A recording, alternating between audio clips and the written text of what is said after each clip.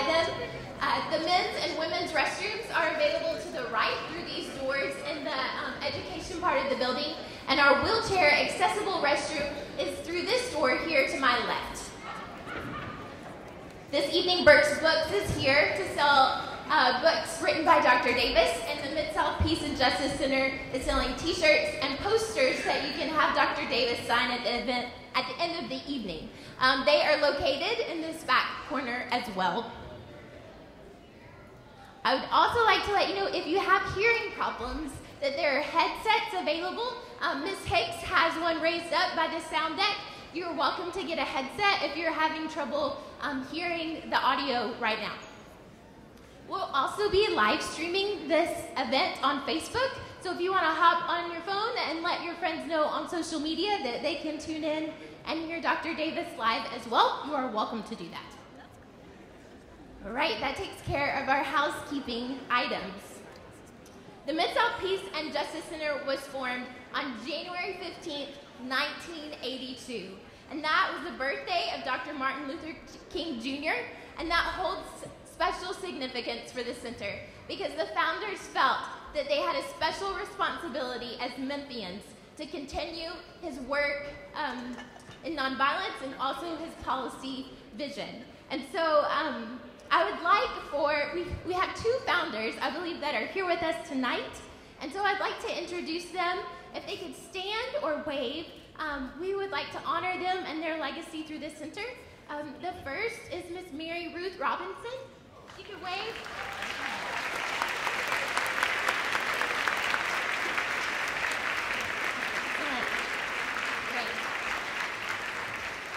Great. And also Miss Janice Vanderhaar is here tonight.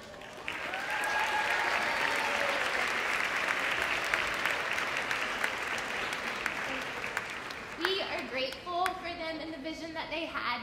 I'd also like for anyone who is a past staff member or present staff member of the center or past or current board member to stand. Let's honor their hard work.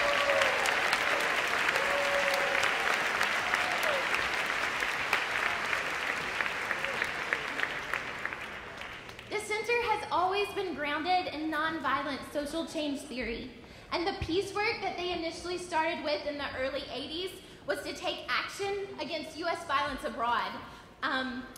They took direct action to stop the passage of nuclear weapon shipments by rail through Memphis and throughout the United States. In the 80s, they also transported dozens of political refugees from the Central American crisis to safety as part of the sanctuary movement. The center was also one of the first in the nation to organize efforts to stop banks from predatory lending and redlining in the United States. We have a long history of justice work and work towards peace in the city, and we should be proud of the center and the work that continues today. You'll hear later on from our executive director, Brad Watkins, about our current programming, but I'd like you to notice that on your table are donation materials. There's a pledge card at every seat. The work that we do would be impossible without individual donors like yourselves. This work, we think about all the, I have a friend, Tiffany Butch, who called the Peace and Justice Center community ninjas. She said, you may not know that they are behind a lot of things that happen in this city. And so while you may not realize, if this is your first time to engage with the center tonight, all the work they do, you have likely benefited or your neighbors have benefited from it. And so tonight we would like to ask you to give, to support it, and continue this important work. So I'd like to just go on and ask you to think about what your pledge might be, and we'll begin to collect those cards at the end of the evening. So the center has always operated from an anti-racist framework and a belief that the people who are most impacted by issues of injustice should be at the forefront of forming solutions for those issues. And so that leads us into our next act of the evening. I would be remiss to not again thank The Pocket, Barbara Lester, and AJ Haynes for their musical talent that they shared with us. And so One of the program areas of the Peace and Justice Center is Memphis United, and they work towards criminal justice reform. One of the things that they have focused on in the last couple of years is educating children and young people about their rights when they engage with law enforcement officers. They help demystify these interactions and help these students learn how to have respectful and safe interactions with the police. Our goal is for these children to get home safely. And so over 1,000 children and youth participated in Know Your Rights workshops last year. You can apply for that.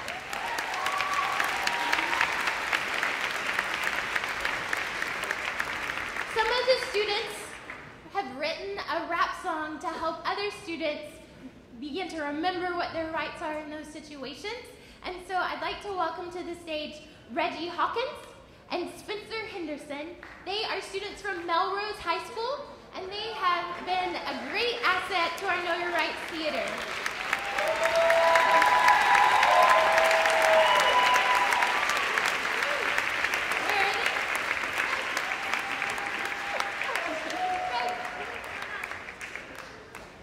They'll be performing the Know Your Rights rap for you tonight.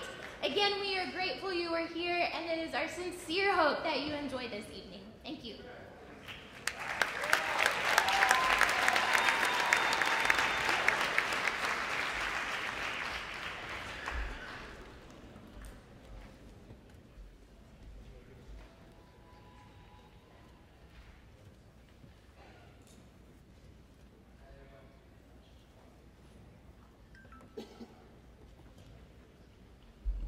How everyone doing today?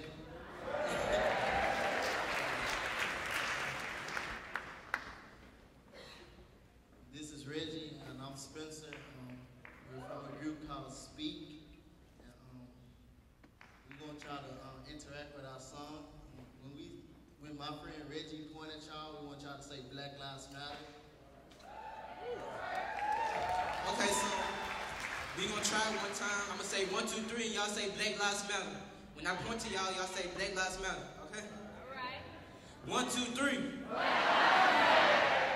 1, 2, 3.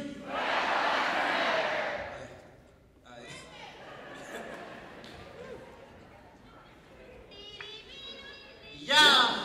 I'm Reggie B. This Spencer.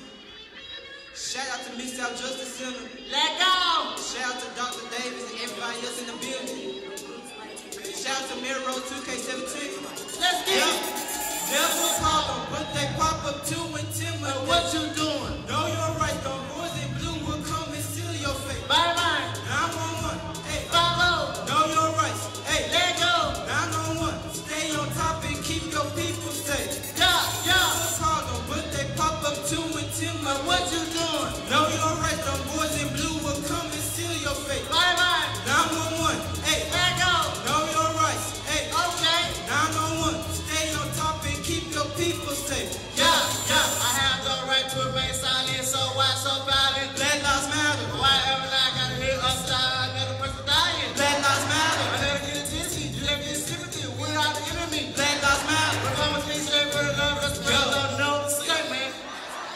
Blood on the streets, feet red every week. Cops shut down, get scared to leave. I know you're doing your job, I know you're scared to my mind. But I breathe, I see the slave go by trees. To the read all the memories, I'm a side of Tennessee. Hear my voice in infantry, let the next Eric breathe. I gotta succeed, keep your head up, man, we gotta believe. But they pop up too intimidate. What you doing? Know your rights, the boys in blue will come and seal your face. Bye-bye! 911, hey, Follow! know your rights, hey, Let go! 911, stay on top and keep your people safe. Yeah! But they pop up too intimidate. What you doing? Know your rights, the boys in blue will come and seal your face. Bye-bye! 911, hey, Follow! know your rights, hey, Let go! 911, stay on top and keep your people safe. Yeah!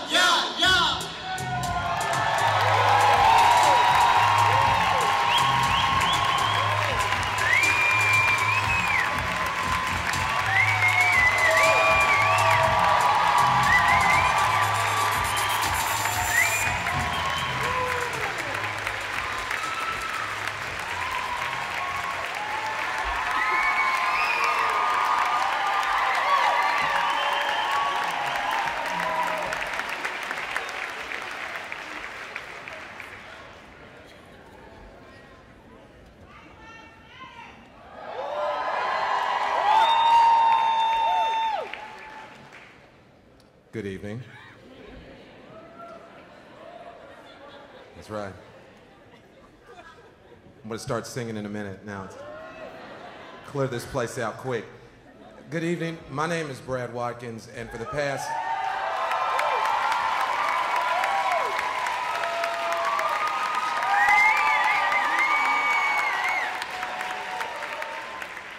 And for the past 9 years, it has been my honor to be an employee here at the Mid-South Peace and Justice Center. For the past 9 years, I've gotten to bear witness to the work done by incredible people across this community. Incredible people in our office, incredible people through the programs we work with, and incredible people in our community. And it's such a humbling experience being here tonight on our 35th anniversary.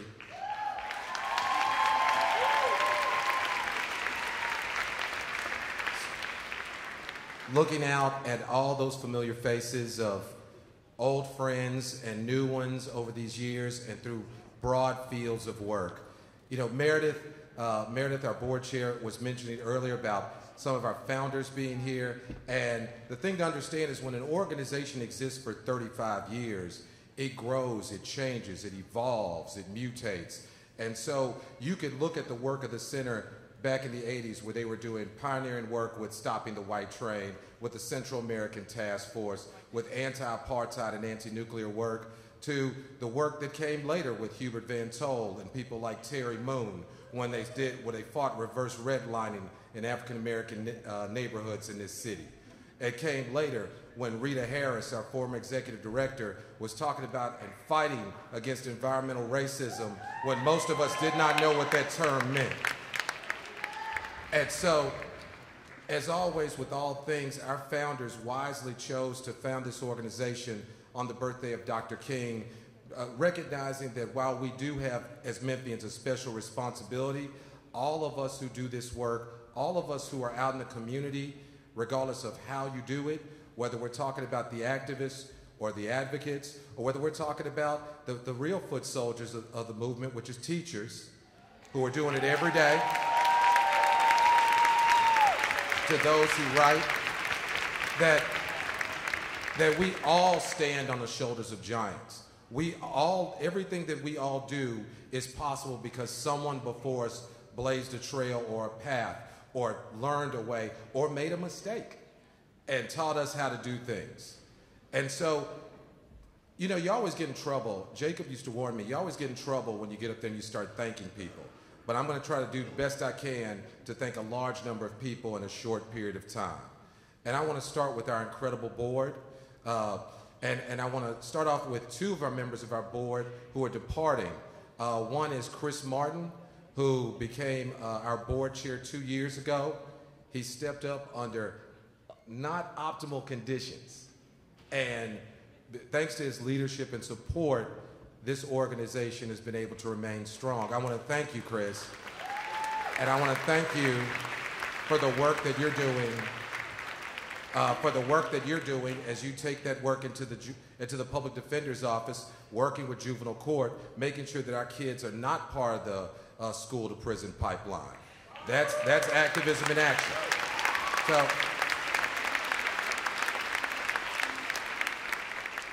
I especially want to thank Jacob Flowers, former director of Mid-South Peace and Justice Center and a very good friend.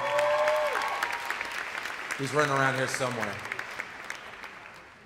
Jacob has done a tireless amount of work for this organization, going back now, 12 years? 12 years when he came back to become executive director of this organization when, you know, things weren't always so good. We didn't have this many friends coming to our events. And through hard work and through the support of a lot of people, he was able to get us back on track. And now he's moving on, doing great work in a new endeavor. And I want to thank you so much for all your work, so much for your work with this event tonight and putting this together, and Godspeed. Thank you. Now, remember when I said that part about thanking people gets you in trouble? So, I'm going to cheat. I want to especially thank the other members of our board, Lisa Johnson. Y'all don't know her. Lonnie Lester. Allison Gibbs. Anna Mullins. Anna Mullins, who's been a board member of this organization as far back as I can remember. Catherine. And Dr. Kobe Smith, who's quite a character. I would be completely remiss if I didn't thank our incredible board chair, Meredith Pace.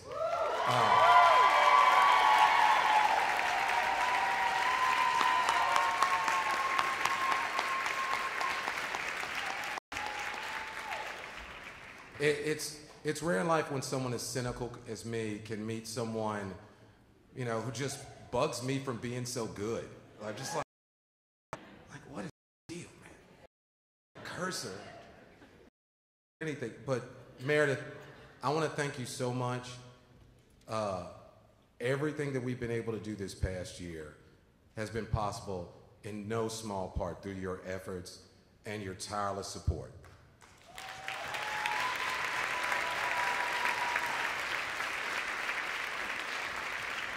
So, she's talked me off the ledge a number of times. So, I want to, of course, thank our incredible staff. You know, people like Tamara Hendricks, who's doing incredible work.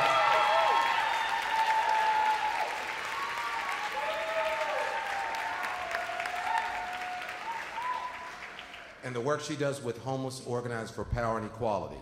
I'm going to tell you a little bit more about them. But so many. I want to thank, of course, Paul Garner.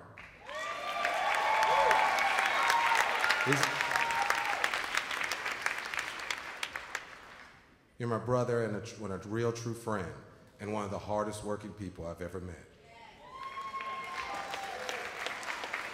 I'm still going to ride you,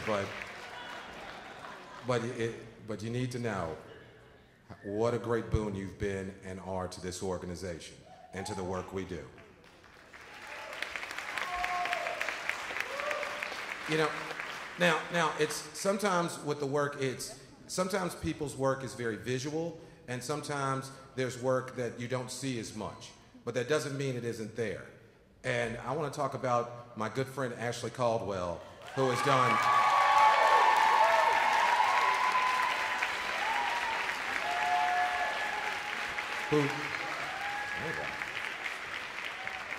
you brought some friends. Who works tirelessly week in and week out, on nights, on weekends, on holidays, who worked very late all this week and early this morning trying to get these seating charts right, trying to get every detail right. She has massive loads of responsibility, and you know, one of the reasons. So you get in trouble now. But when you talk about old friends, I'm really glad to see J. Lopez back with us tonight. So, when you call a company and you ask for this department or that department, when you talk about our training department that trains hundreds of people in the skills of organizing over a course of a year, you have to understand that that program is one person, and that person's Gio.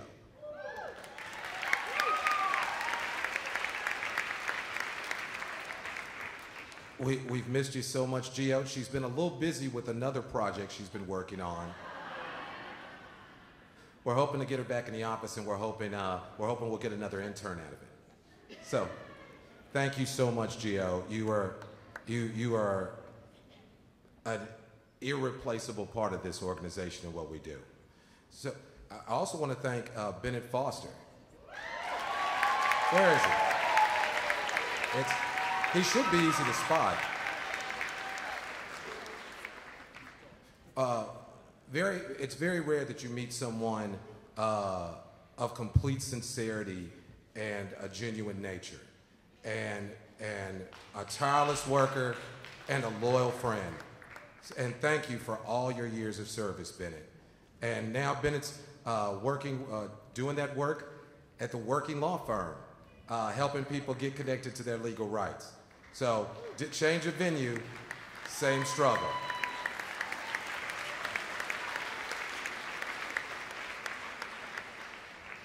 And there's some new faces this year. Julia Powell, who's been working in the back all night selling those T-shirts. Julia spearheads Hope Streetwise Inc. project, which is a worker cooperative which will be completely owned and operated by people who are formerly or currently experiencing homelessness.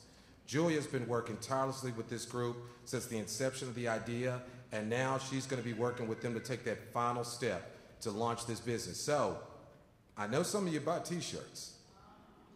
I know some of your organizations buy T-shirts. I know some of these candidates here, when you run, buy some T-shirts. You need to talk to Julia Powell with Streetwise Inc. And make an investment into the lives of our people. So, now, I want to just very briefly, before I end, because there's so many people, I could be thanking people up here all night. Like First Congo Church, who's been our generous host here year after year with these beautiful decorations and just being so easy to work with. Thank you, First Congo Church. Our offices used to be here, but it's always great to come home for our anniversary dinner. And I want to thank our elected officials who came. I want to thank the ones who came. I'm going to mention the ones who didn't in a little bit. But I do want to thank Senator Lee Harris.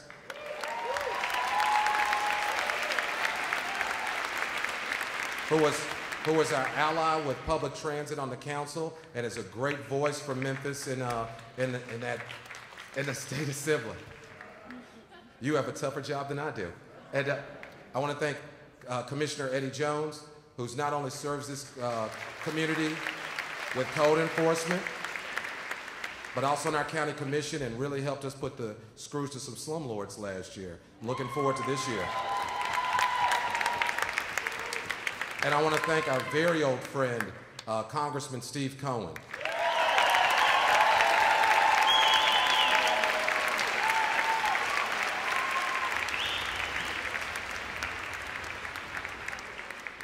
Who's been a fighter for Memphis and for District 9 up on the Capitol, and we need you fighting more than ever. So, just to close, and I could thank people all night, and there's so many of you out there who have done so much for this organization and all of our work, and people like the program work of Memphis Bus Riders Union, right? Because let me tell you, I have never seen the Memphis City Council, once a budget was closed, reopen that budget and allocate funds for things that help people. I've seen them do it for corporations. I never saw them do it for people till the Memphis Bus Riders Union made them. And they stopped a 6-year decline of cuts to matter service. You know, so, and that's what inspired me, because I was sitting here and this is supposed to be the part where I say something uplifting or inspiring. We all know what happened 2 months ago. You know, we all know what's going on in the world. And so I started thinking, well, I don't feel very inspired right now. So I thought, what inspires me? So I want you all to think about how impossible things look right now. I want you to think about how dark everything looks right now. And then I want you to remember that when BRU started trying to get that funding for MATA, everyone said that was impossible too. When Hope tried to get funding that funded the 100K Homes program that got 100 of our most vulnerable off the streets of Memphis and in a permanent supportive housing for the rest of their lives, everyone said that was impossible. When, you know, in fact, Hope will do you one better. When we tried to start the group, everyone said, you're trying to form a group of people experiencing homelessness. Well, that's crazy. Well, Hope is flipping them off every day they exist, because Hope has made history. So, you know, when we started asking about Civilian Law Enforcement Review Board And the mayor said, well, I'm just not going to do that. And the police director said, we don't want that. And the police union said they didn't want that. And everyone said it's impossible, it's a loser, move on. You know what? Memphis United and people like Paul Garner and people like Cassie Ford and people like Patrick Helper Ferris said, no, we are going to do it. And it happened. So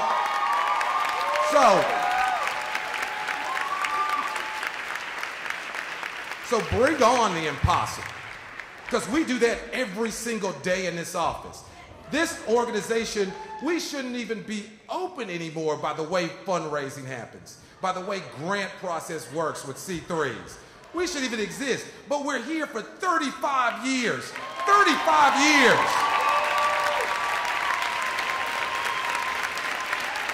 Of people working, sacrificing, personally and with their pocketbooks every day. I am proud to stand with each and every one of you. And we are going to last another 35 years. And we are not just going to endure, we are going to thrive.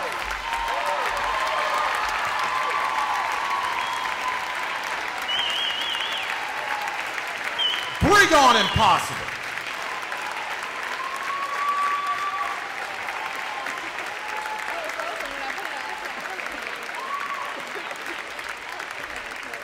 So, when you go home tonight, I want you to take that membership card. And I don't just want your money. I mean, it's a fundraiser, let's be real. I want your membership. I want your energy. I want your ideas. Because everyone here has a gift. Every single person here has something to contribute. Every single person here has a life filled with meaning and value, and we are going to vindicate that. And it doesn't matter who says it's impossible, and it doesn't matter if our mayor chose not to be here tonight.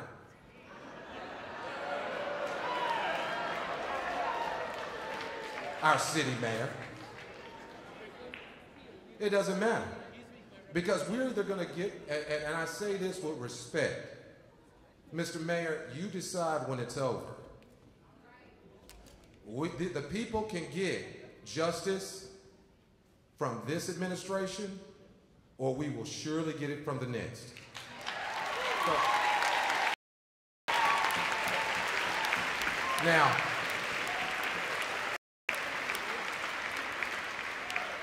I'd like to introduce someone who's been a very special friend to this organization and a very special friend to me, and someone who I haven't known but just a little over 2 years, but I have a boundless amount of respect for her intelligence, her wisdom, her drive, and her ability to stick her neck out there and show people when they say something's impossible, that impossible ain't as unlikely as it seems. And while it may be inappropriate for me as the executive director of the center to say this from behind the podium of a mic at a church, I will just close with saying I was proud to vote for Tammy Sawyer last year.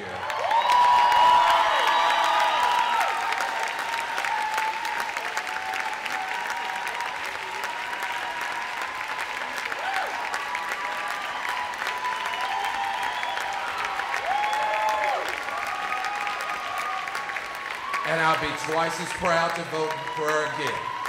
Ladies and gentlemen, Tammy Sawyer.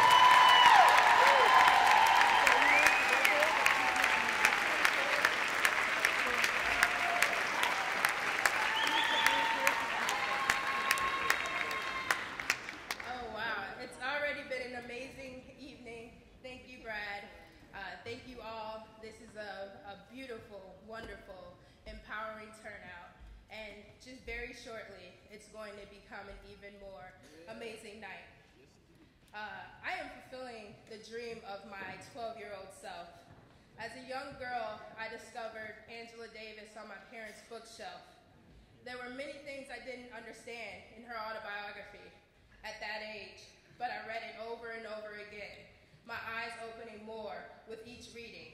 And today I stand before you with my eyes wide open. Tonight, I am welcoming my personal hero, Professor Angela Davis, to our hometown, Memphis, Tennessee.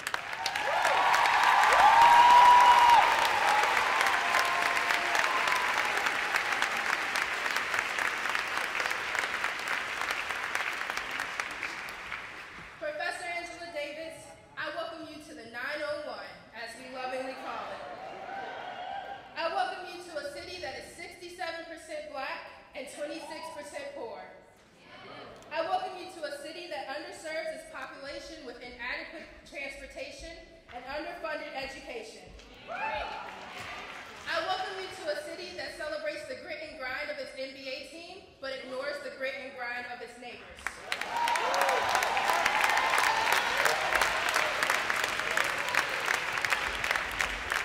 I welcome you to a city that profits from being the home of the town where Dr. Martin Luther King was assassinated and claims to live out that dream. But daily, we drive past the statue of a man who profited from the bodies of black men and women.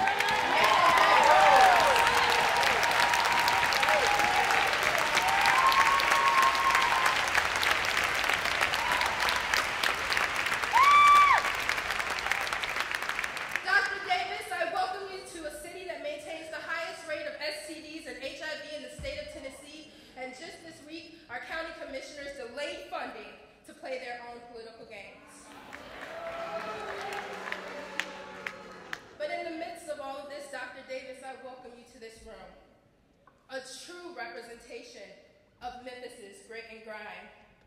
This room is filled with fighters, like the members and the staff of organizations such as our host, Mid-South Peace and Justice Center. The activists and the dreamers who, in spite of all of the challenges that I named and more, hold on to the belief that Memphis can be roused into change, which frees the minds and bodies of the oppressed. Professor Davis, we welcome you. And we welcome your words as we seek continued guidance, motivation, and inspiration in this unending struggle, as you recently termed it, of which a new chapter has only just begun. To our guests, my friends, family, comrades, my neighbors, my fellow Memphians, I introduce you to a woman who put everything in her life on the line to fight against all forms of oppression in the United States and abroad. Professor Angela Davis.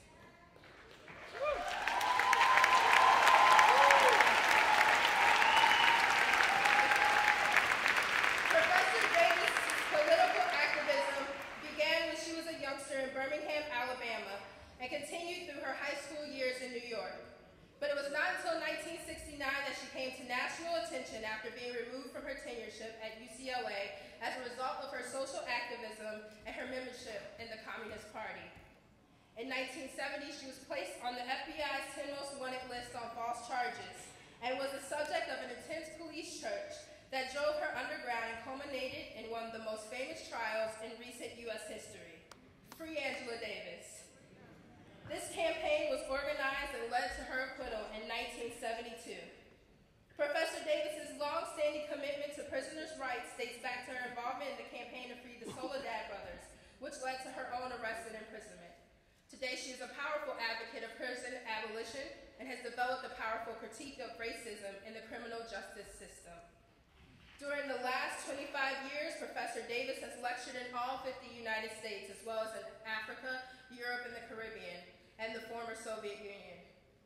In addition to publishing a prolific number of articles and essays, she is the author of 10 books, including Angela Davis, an autobiography, and most recently, Freedom is a Constant Struggle. Former California Governor and United States President Ronald Reagan once vowed that Angela Davis would never teach again in the University of California system. But today, she is Distinguished Professor Emerita in the History of Consciousness and the Feminist Studies departments at the University of California.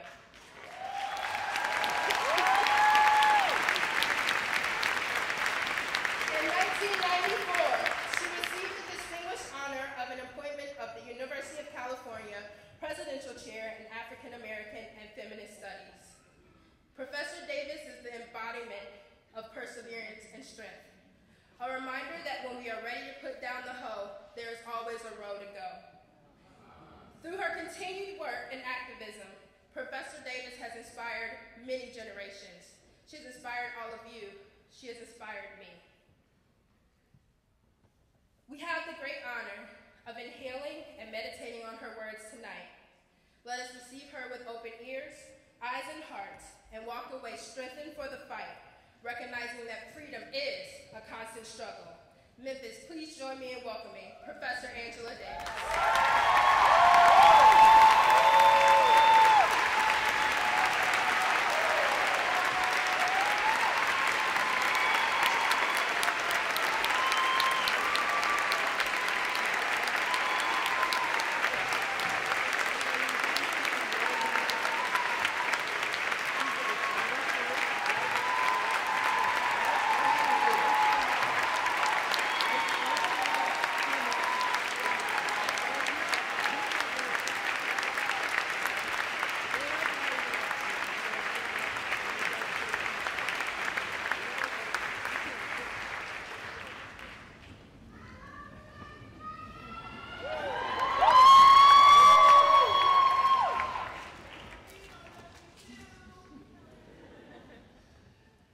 you so much for the wonderful introduction, Tammy Sawyer.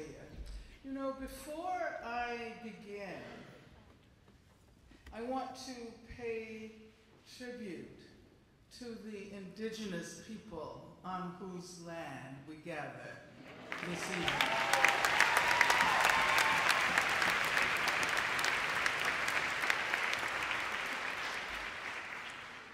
And as we contemplate the struggles ahead, as we reflect on the long history of freedom struggles that define the presence of African descent in this hemisphere, let us also celebrate the determination of First Nations people to protect their land, their culture, their futures.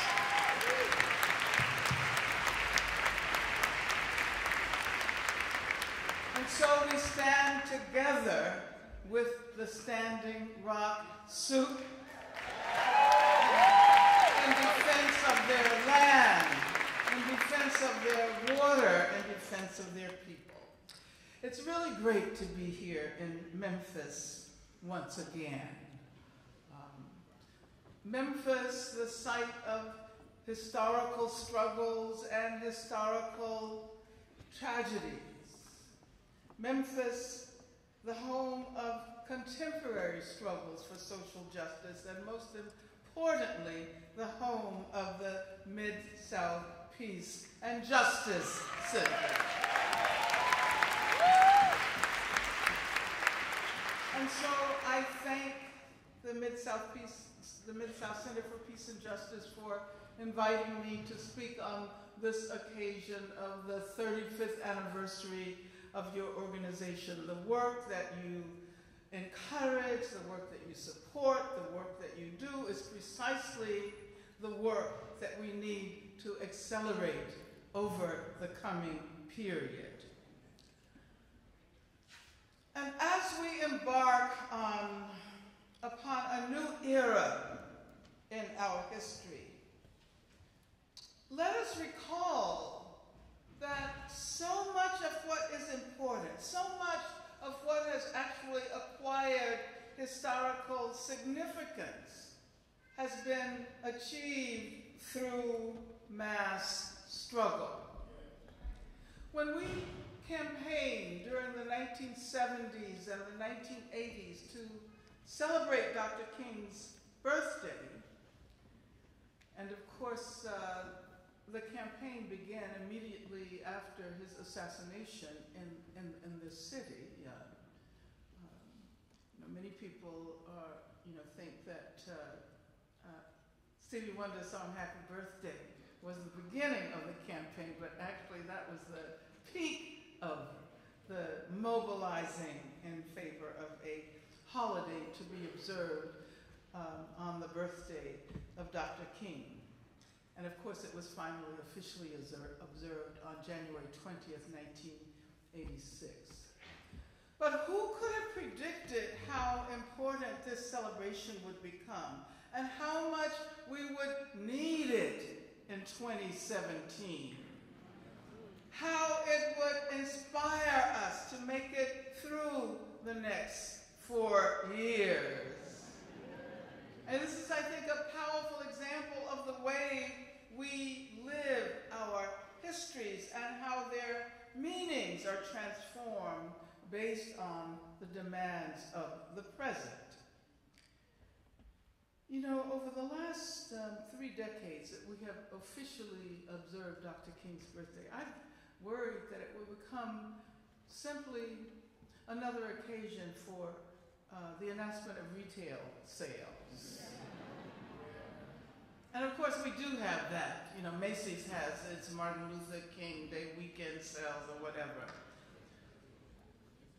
But also I worried that the ways in which the holiday was observed tended to relegate struggle to the past. And so, you know, while I think people who organized dramatizations of past freedom rides and freedom marches, that was a good thing. But at the same time, it may have conveyed the message that the only meaningful demonstrations were those that occurred in the past.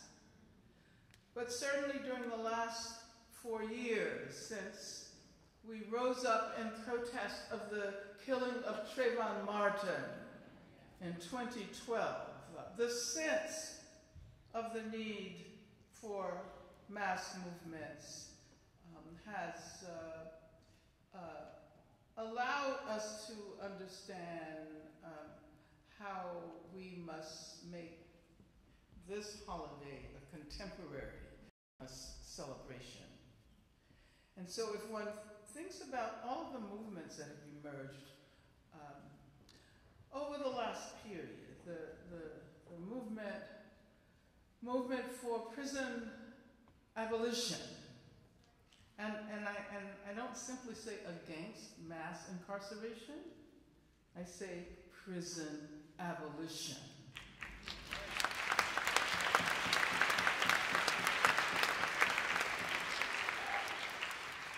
Which is also a contestation of carceral feminism. Maybe we'll talk about that later. The movement against racist police violence, for Black lives, for immigrant rights, against Islamophobia, for feminist movements, more broadly, movements in defense of the rights of trans people, opposition to gender violence, opposition to industrialized food production that poisons humans and other animals and inflicts untold suffering on so many non-human animals.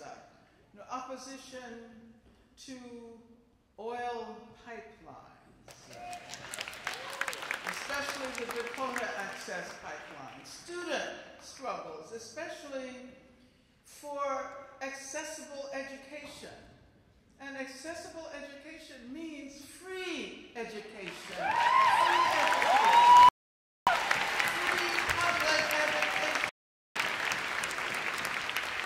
For justice for Palestine. Movements in solidarity with Black women in Colombia, in Brazil. Solidarity with Dalit feminists in India. Solidarity with refugees from Syria and other parts of the Middle East and Africa. And I'm just beginning to enumerate the struggles. I haven't talked about the important movements in defense of the rights of disabled people. And I haven't mentioned that considering all of the justice struggles we're involved in, there is one struggle that you might define as ground zero of struggles for social justice. And that is the struggle to save the planet.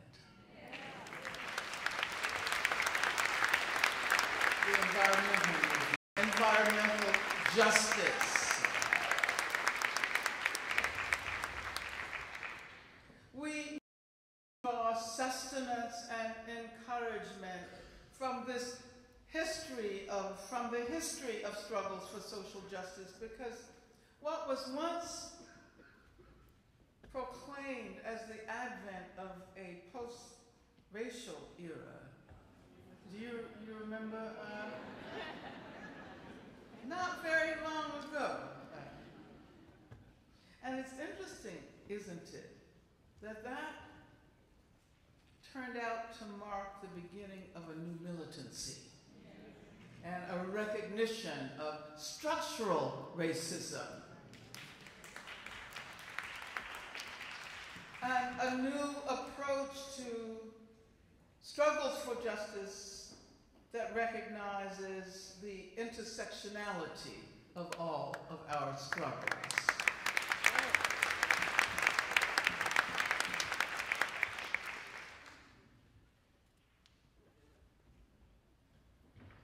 The theme of the gathering this evening is living the legacy of nonviolence, which evokes the image of Dr. Martin Luther King. And I want to say a few words about why it is important to seek inspiration from the legacy of Dr. King. Because I've come to recognize that his legacy is not the legacy of an individual. It is a collective legacy. When we pay tribute to Dr. King, we pay tribute to the vast numbers of people who stood together in unity to proclaim that they would never surrender to the forces of racism and inequality.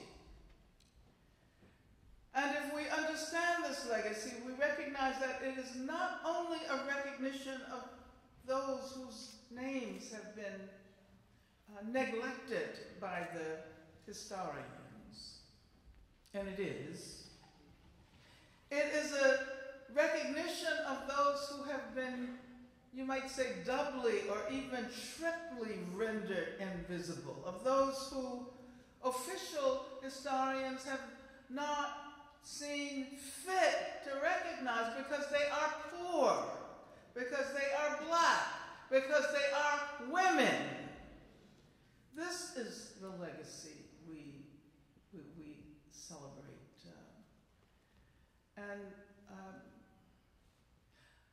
Around this time every year, I always feel moved to repeat the fact that Dr. King would never have become an internationally recognized figure had not it been for the poor black women, domestic workers, maids, washerwomen, cooks,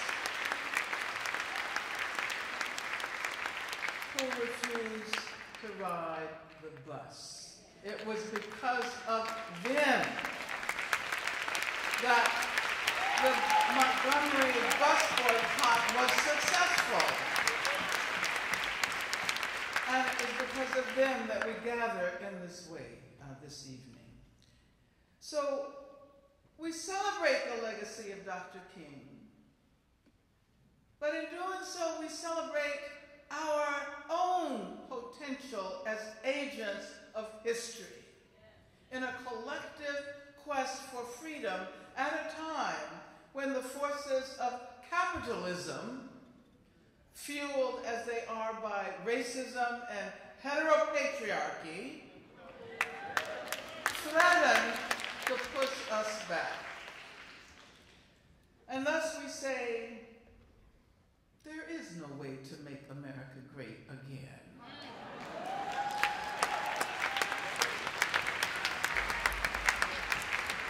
Because if there is ever to be any greatness on America's agenda, it must be in the future. And it will consist precisely in the overcoming of the capitalist forces that have impoverished not only so many people in this country, but people all over the world.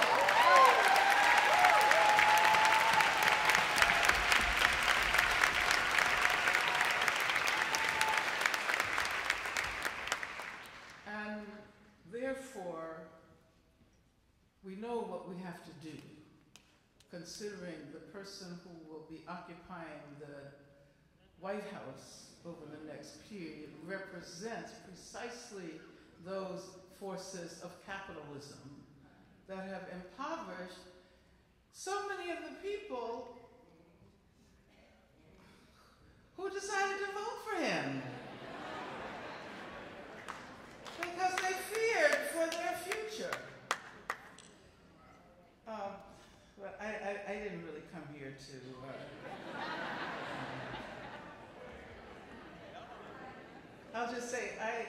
I agree with John Lewis. I totally agree with John Lewis.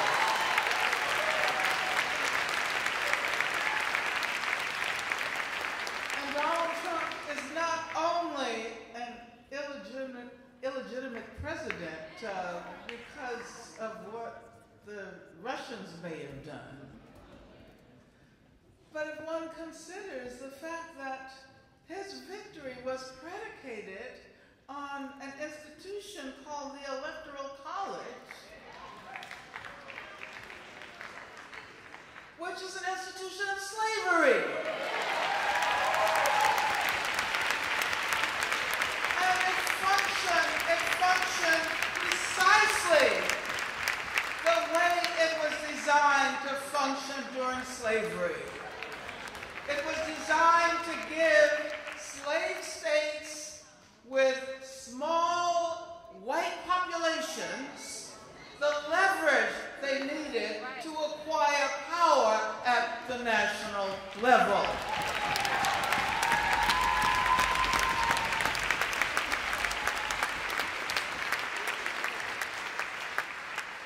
In many ways, the inheritances of slavery are still with us. And I think we are beginning to recognize that if we hope to move forward, we will have to get rid of those inheritances. The Electoral College is one. But we have so many relics of slavery that we don't question. For example, the continued use of the death penalty is yet another relic of slavery. The death penalty bears witness to the fact that slavery as an institution saved capital punishment and preserved capital punishment at a time when people upholding this new democracy were arguing that it was an institution that needed to be relegated to the dustbin of history.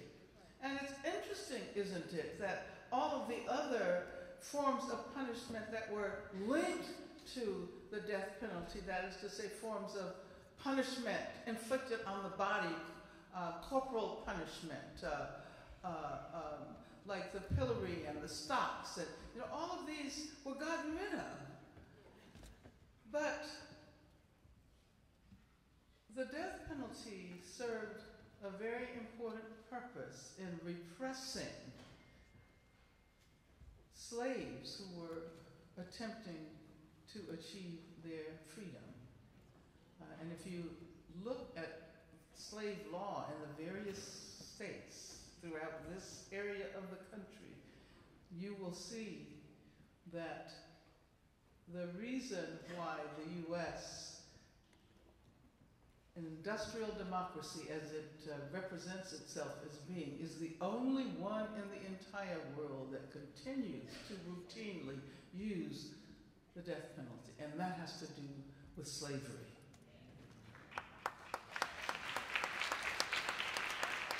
Sometimes we assume that the reason to move forward is to be able to forget the past. But we assume we have forgotten the past, and the past infects our way of thinking about the present and the future. And we should never forget that the U.S. as a nation was founded on settler colonialism.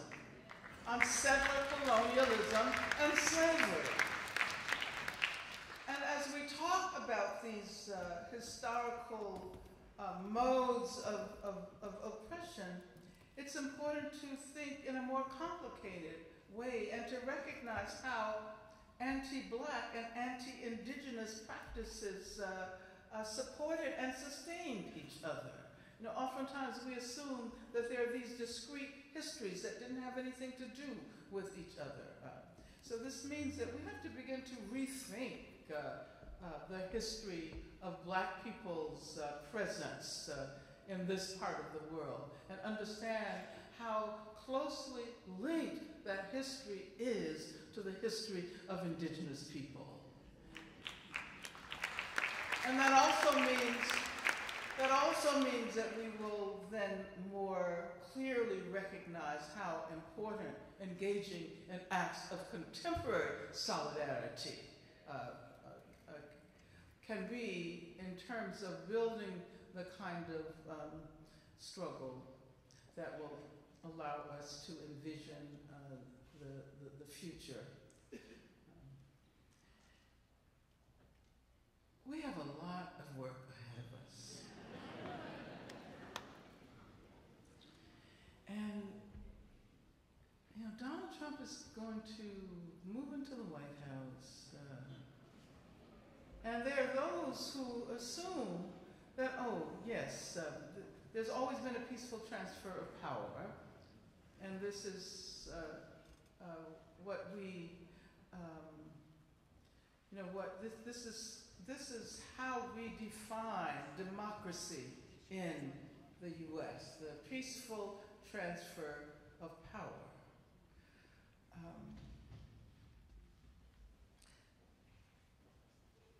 But you know, Donald Trump hasn't been so peaceful, has he?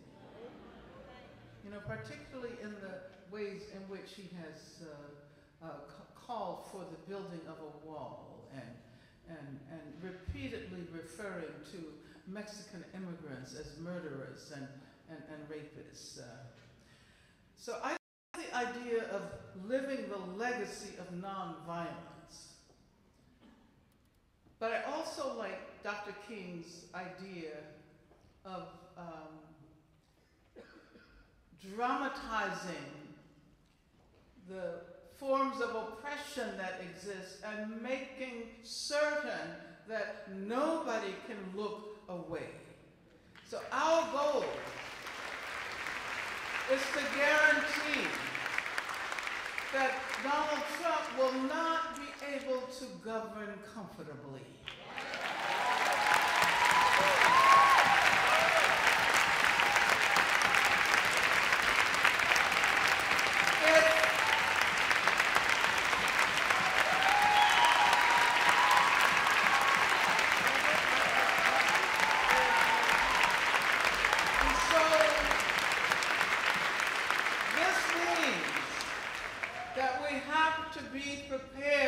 Stand up. We have to be prepared to show our bodies and let our voices be heard.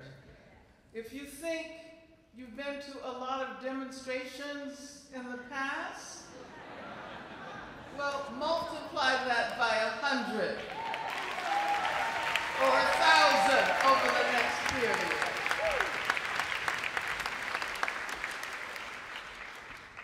So yes, we are going to have to figure out, you know, how to stand together with immigrants who are under attack. That is our responsibility.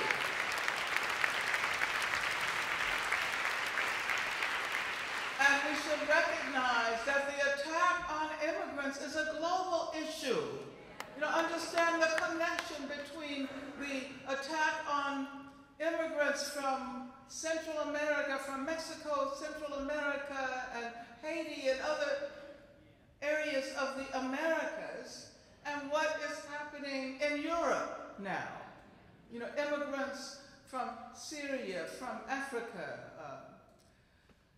And we have to recognize that at bottom, it is about the inability of capitalism to provide the means with which people live humane lives.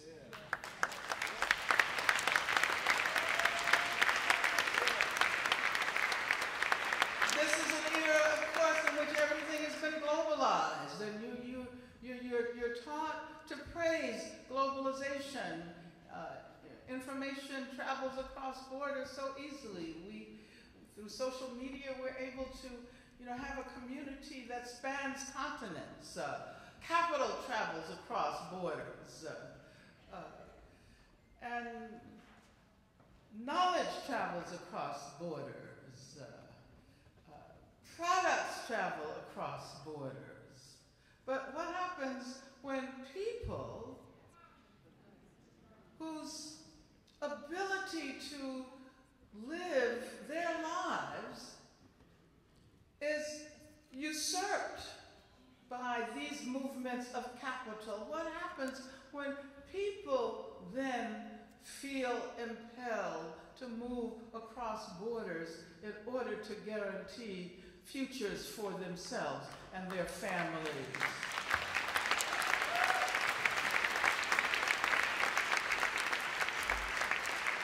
What happens is that they're called illegals. Everything else is legal. Money is illegal. Products are illegal. Money is legal. Products are legal. Knowledge is legal. But then when people, try to live in the only way that has become possible in this era, they are referred to as illegals. There should be no use of that term. No one is illegal. No human being is illegal.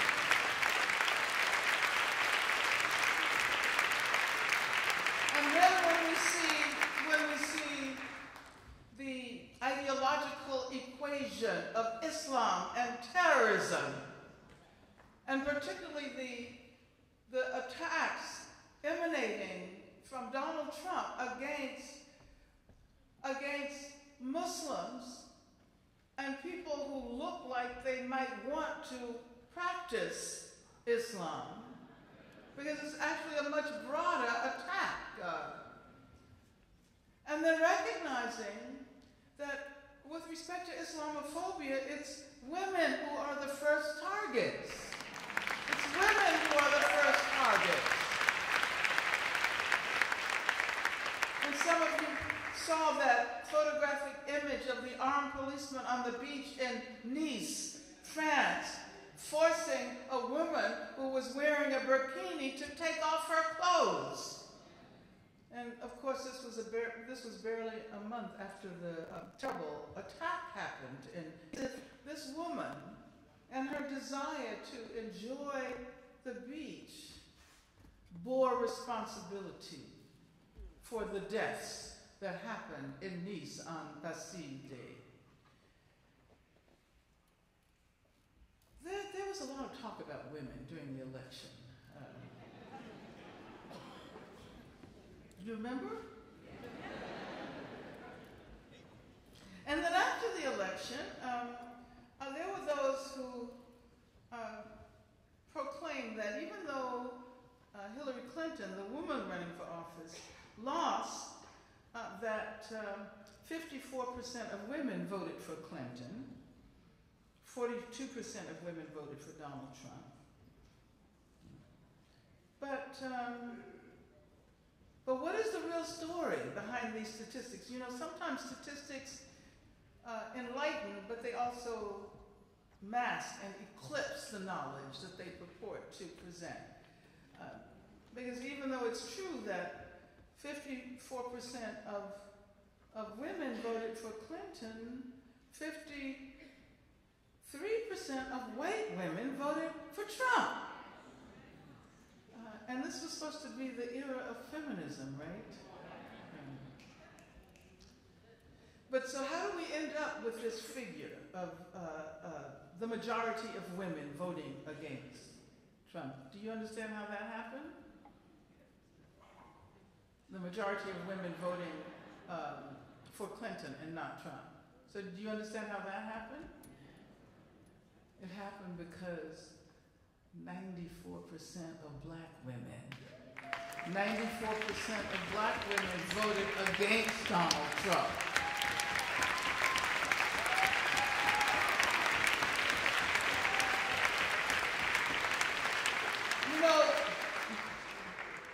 And it's not because I'm a black woman that I say that black women are the most sophisticated, the most strategic participants in our political realm. And thank you, my brother.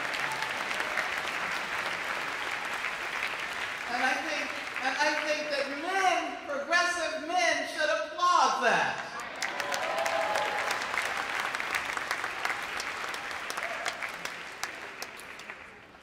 68% of Latino women voted against Trump. So the majority of Latina women.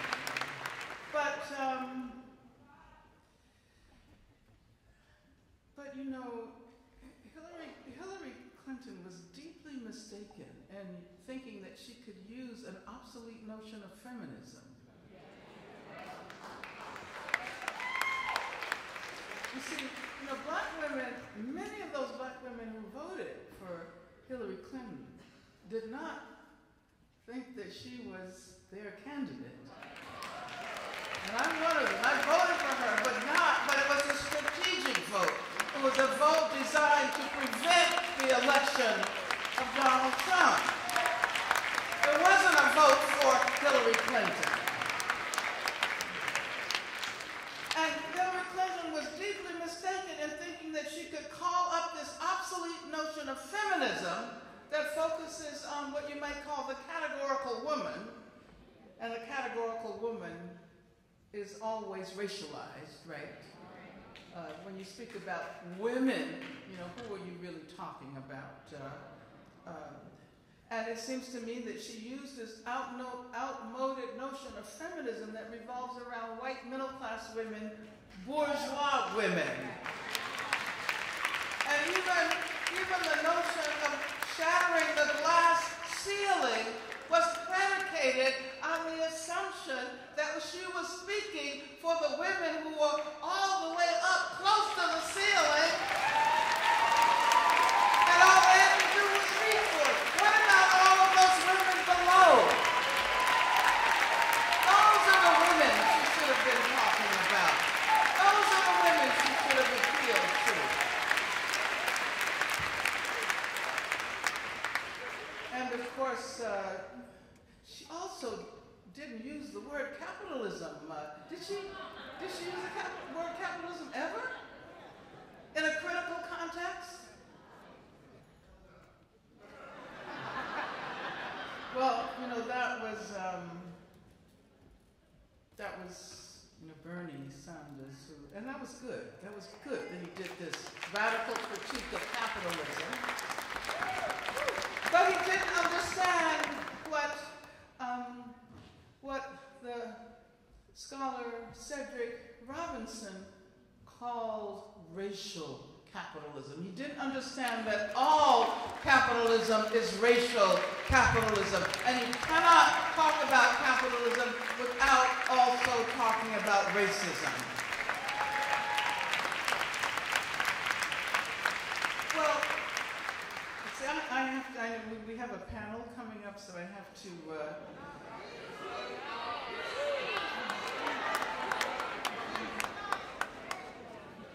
I just wanted to say a few words about how, when we think about the labor movement, who do we think about?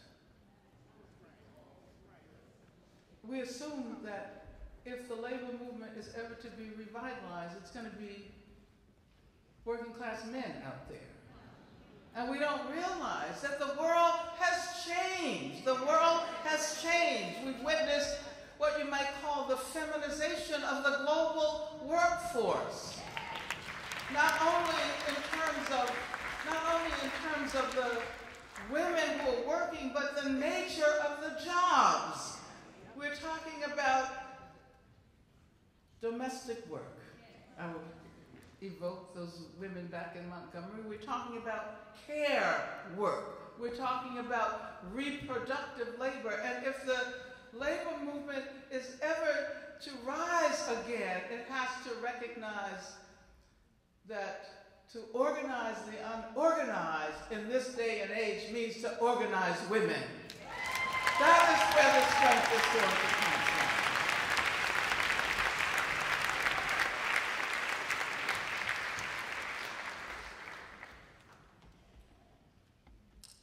Now, finally,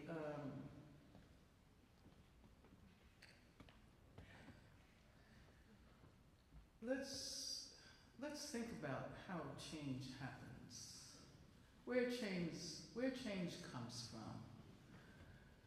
You know, unfortunately, the most intense politicization of people in this country happens around the time of elections. And I think elections are absolutely important. And I'm looking at the table over there of the elected officials. I think elections are absolutely important. But the best elected officials are those who acknowledge the fact that change comes from below. Change comes from movement. Change comes from mass struggle.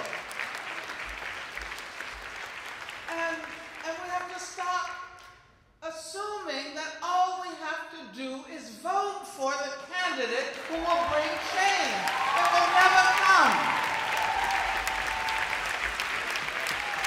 Was slavery abolished as a result of a politician or two or three or four? Abraham Lincoln didn't abolish slavery. The abolitionist movement, and particularly the black abolitionist movement, black people who were slaves, who engaged in what Du Bois called a general strike. That is what abolished slavery.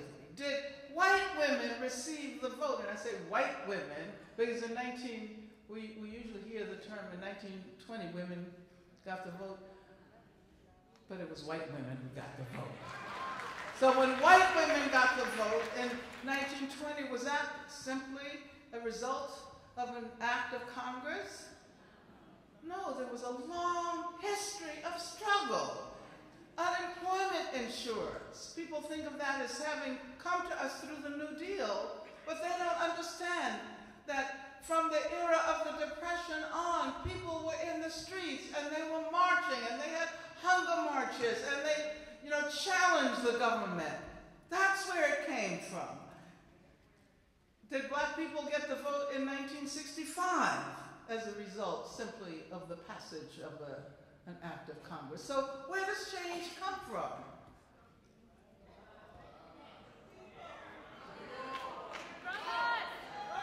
So it is as important to recognize the dynamics of change. It is more important now to recognize the dynamics of change than ever.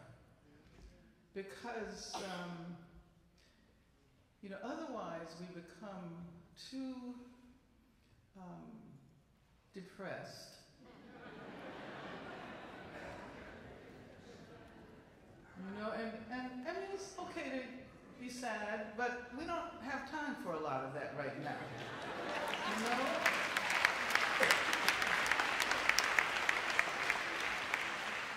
And, I was going to talk about the ways in which the movement against what we came to call the prison industrial complex emerged. Now everybody's talking about mass incarceration, right?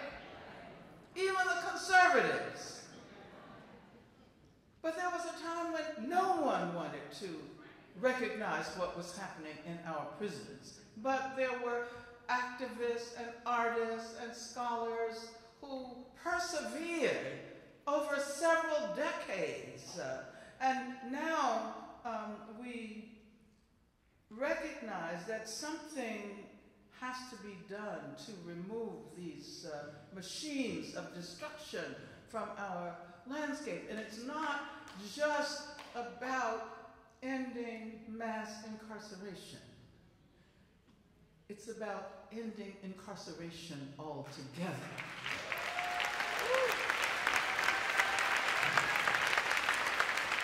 It's about recognizing that under no circumstances have prisons ever been capable of rehabilitating people who are in them. And I make these statements knowing that I'm here in Memphis, Tennessee. I'm in the state of Tennessee, which gave the world private prisons.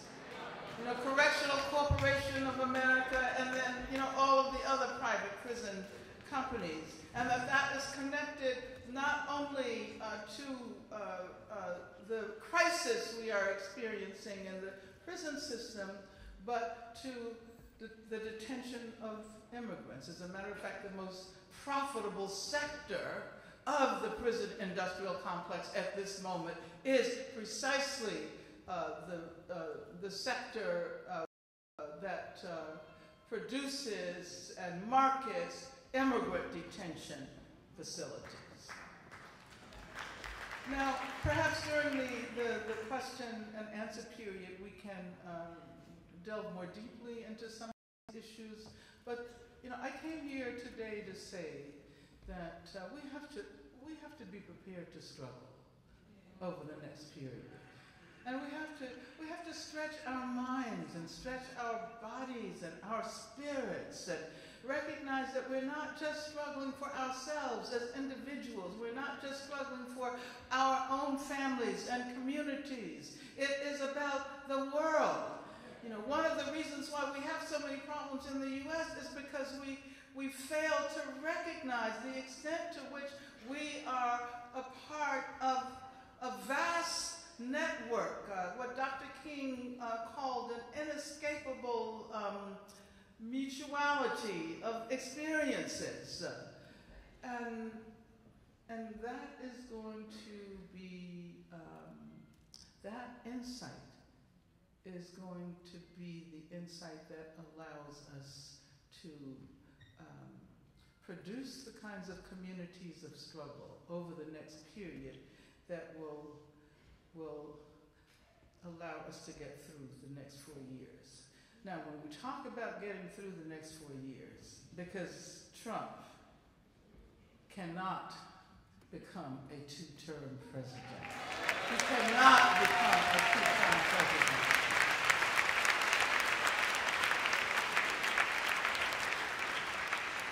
But let us also not be myopic in our vision. And let us recognize that the struggles that we are embracing have a very long history. And that history spans for centuries. But also we have to be able to look to the future and recognize that this history will involve decades and centuries in the future. So let me conclude by saying that we need to rebuild. We need to build community, rebuild community. We need new organizations, new struggles. We need to consolidate our communities. We need to recognize that we will have to struggle over the coming period as we have never struggled before. And I'll conclude with the title of the freedom song that Tammy evoked in her introduction. Freedom, after all, is a constant struggle. Thank you very much.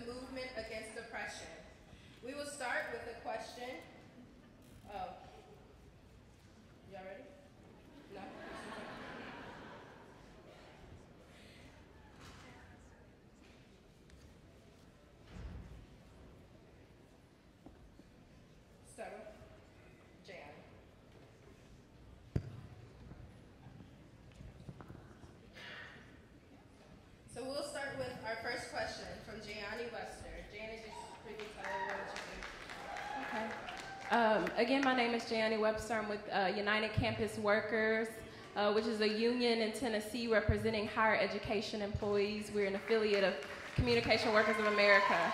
I'm very excited to be here, very humbled and honored to sit with Professor Davis and all of these wonderful people. Quick moment of privilege. I know we are running just a little bit long, but just for the sake of these folks getting out their questions in this time, if those of you who are moving around, just keep it down just a little bit, please. Thanks. So my question revolves around what you mentioned in your talk around capitalist forces. Professor Davis, you made a choice not only to have a personal conviction and take political action as an individual, but to join a socialist organization. This often gets downplayed or overlooked, but it's not a stretch to say that it's one of the reasons you were targeted by the state. Now more than ever, as you advised us tonight, there's a need to get organized and join political organization. What's your advice on agitating folks around the need to organize, not just for justice, but for economic justice? Or more plainly, how is the struggle for racial justice and Black liberation linked to anti-capitalism?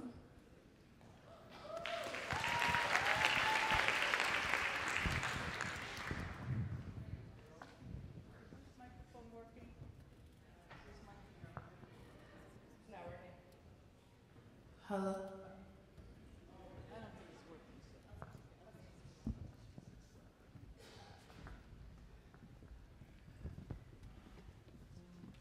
Yeah, you're right. I did, in many ways I was fortunate to have come to maturity, political maturity, during that time. I was a member of the Communist Party, and I specifically was a member of a club. The party consisted of clubs. And so the name of my club was Che, after Che Guevara, and Lumumba, after Patrice Lumumba.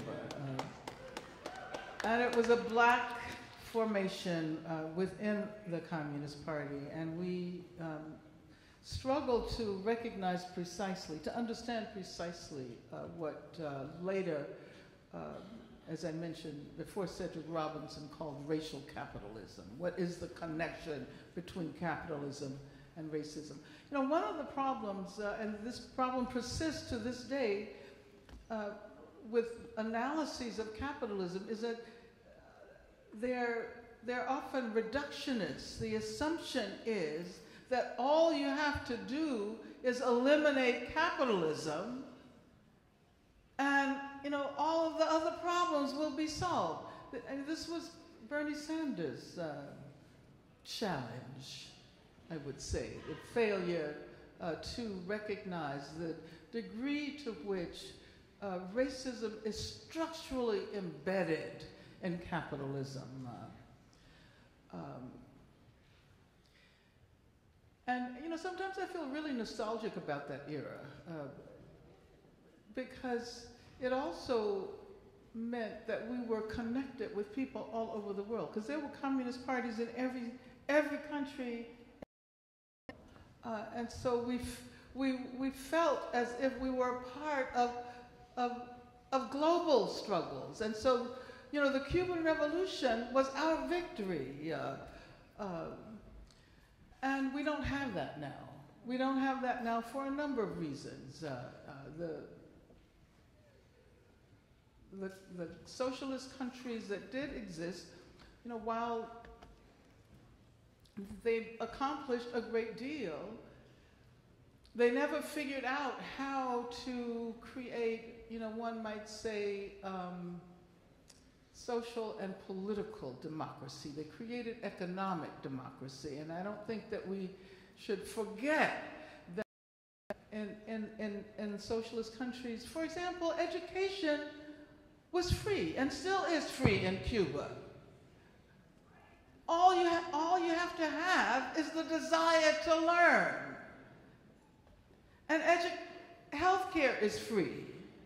So all of the things that that we need in order to recognize that what has been privatized really should be a public good.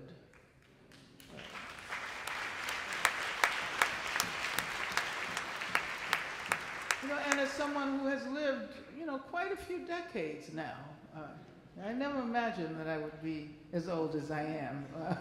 But I think that's probably everybody experiences that.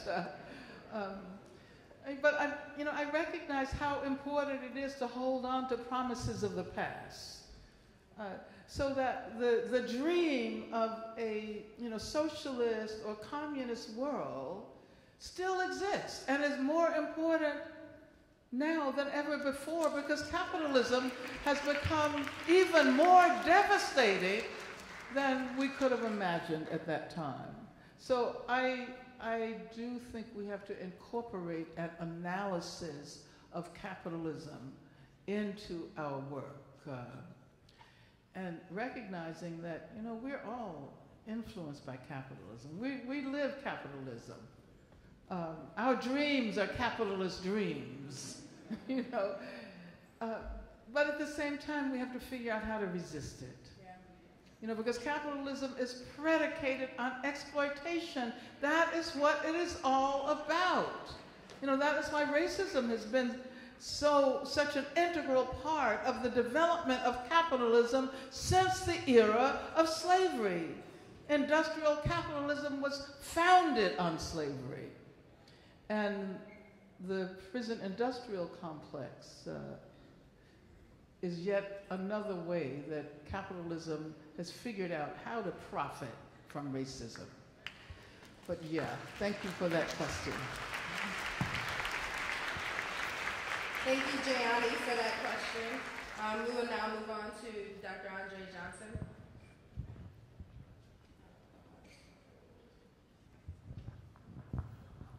Good evening, everyone. It is an honor and privilege to be here on tonight and witness greatness in our presence.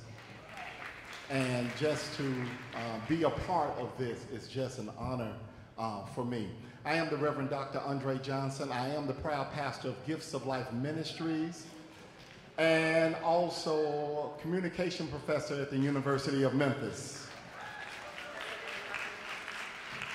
Dr. Davis, I want to bring us back to the political because I think you're right on target. But being born in Alabama, can you just tell us a little bit about what I'm going to be real nice, what it could mean, how about that? What it could mean to have Jefferson Beauregard Sessions as our next Attorney General.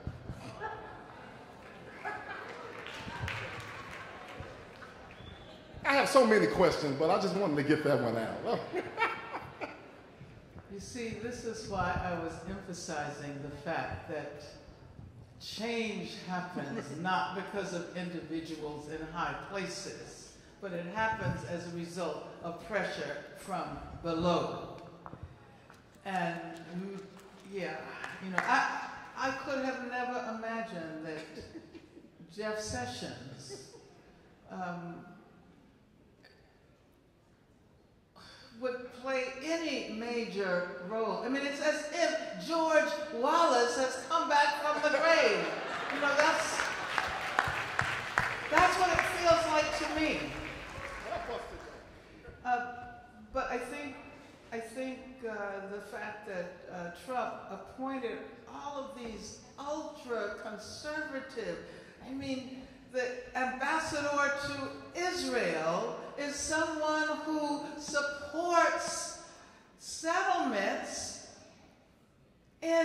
on the West Bank. And the U.S. government doesn't even support illegal settlements. So, yeah, you can see that Trump is really trying to make America white again.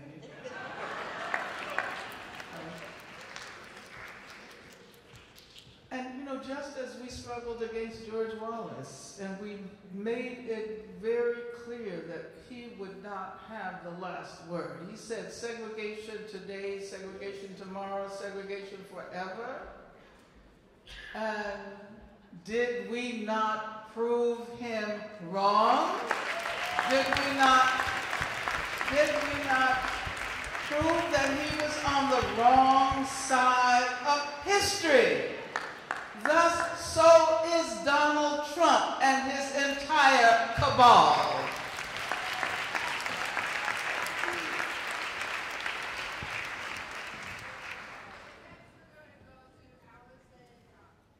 My name is Allison Donald. I am the community organizer for the Memphis Center for Independent Living.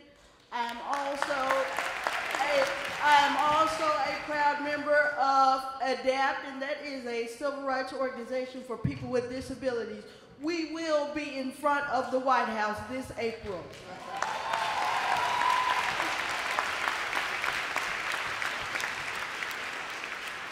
You spoke very eloquently about the intersectionality of the movements and the struggles that we all face and that we've all been a part of. Well, I would like to know, what are the parallels that you see in the civil rights movement and the disability rights movement? Because some of my friends who are post and pre-ADA babies still feel like that we were left on the Edmund Pettus Bridge in terms of equal access to affordable integrated housing, transportation, and employment.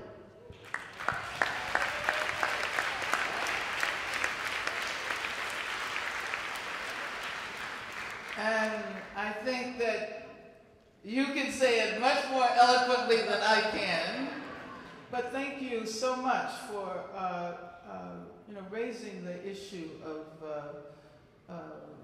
disability or differently able people. One of the interesting things about our struggles is that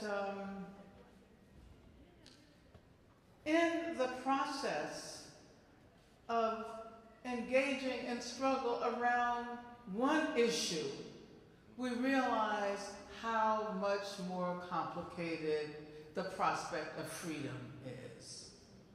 And we should have acknowledged the importance of the rights of disabled people centuries ago. And it is just now, this shows you the power of ideology, how people can be forced to ignore such important issues. And I work in the movement against the prison industrial complex, and a number of people who are activists and scholars in our movement have done this really interesting research on the ways in which the incarceration of disabled people, both physically and mentally and psychiatrically disabled people, help to consolidate the whole notion that incarceration works. And so if we want to talk about racism and the prison industrial complex, we also have to talk about the rights of disabled people and the prison industrial complex. As a matter of fact, there's a book that is called Disability Incarcerated. It's edited by Liat. It's edited by a number of people, Liat Ben Moshe and about 3 or 4 other people.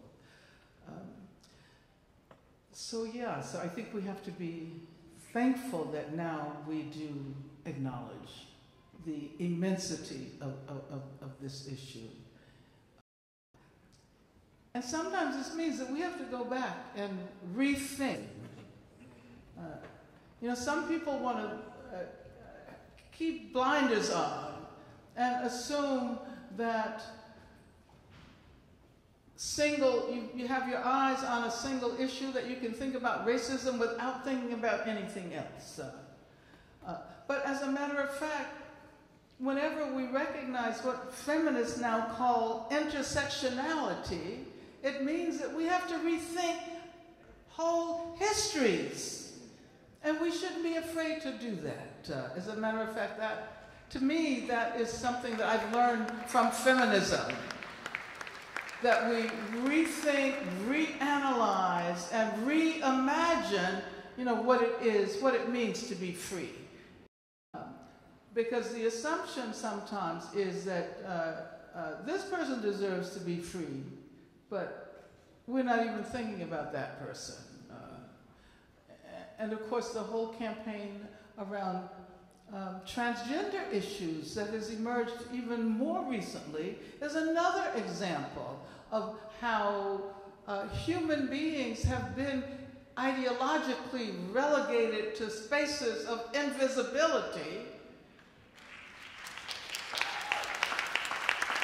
And it takes movements, it takes movements to wake people up. And I think we're going to be doing that for a very, very long time. I think we're going to be discovering that there are issues that we fail to consider, and that's going to be our path to freedom. And we may never actually reach that space of freedom, because I don't think freedom is about a state or a space or a place. It is precisely about the movement. It is precisely about the new knowledges and the learning. And so we can look forward to infinite struggles for freedom.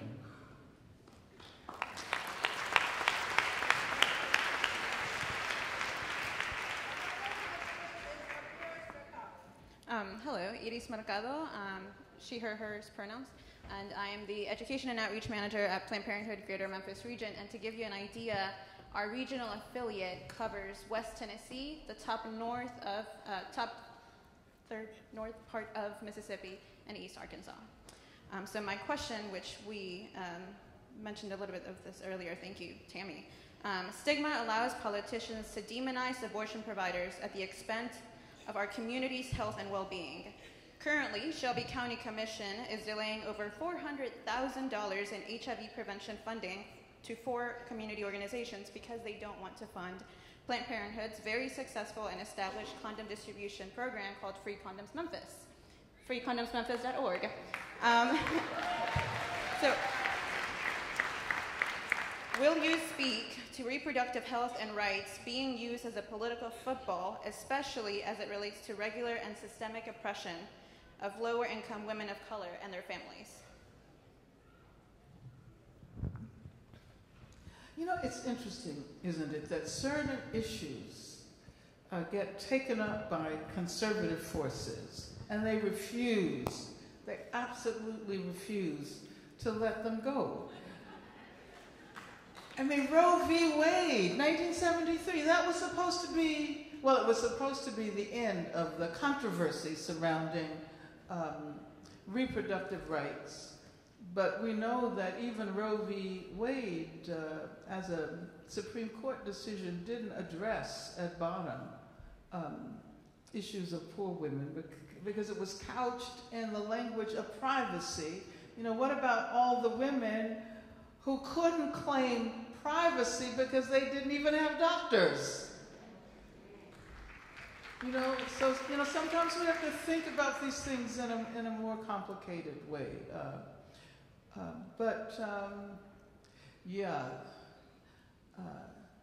And I like to think about reproductive rights in a broader sense too, not only abortion rights, which are very important, but the right against sterilization abuse. And this continues all over the world, the right to be free of intervention with respect to sterilization. So I think that, there's a women's march happening the day after the inauguration in D.C. Are you going? Is anybody going?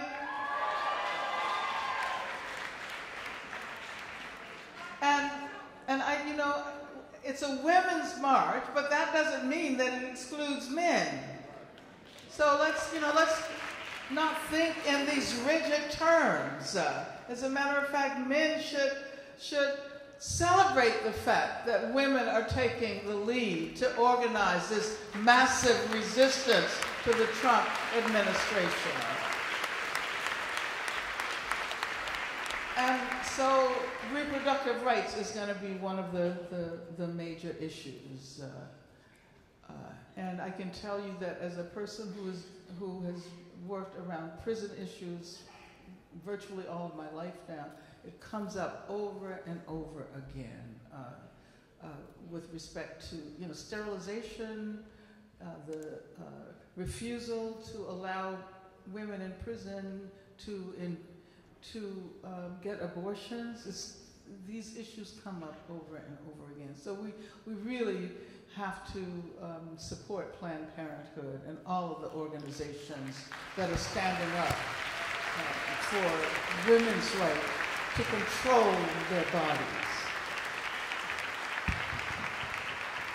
So thank you to our panelists for those engaging, thoughtful questions. Thanks to each of you. And one more time, let's give a round of applause. Dr. Angela Davis put a clinic on tonight. Thank you. Thank you so much.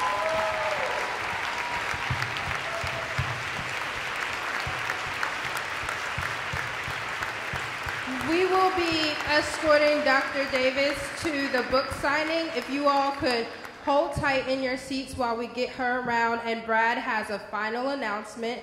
Thank you again to Mid-South Peace and Justice Center for putting this amazing event together, and I hope you all learned and gained so much this evening.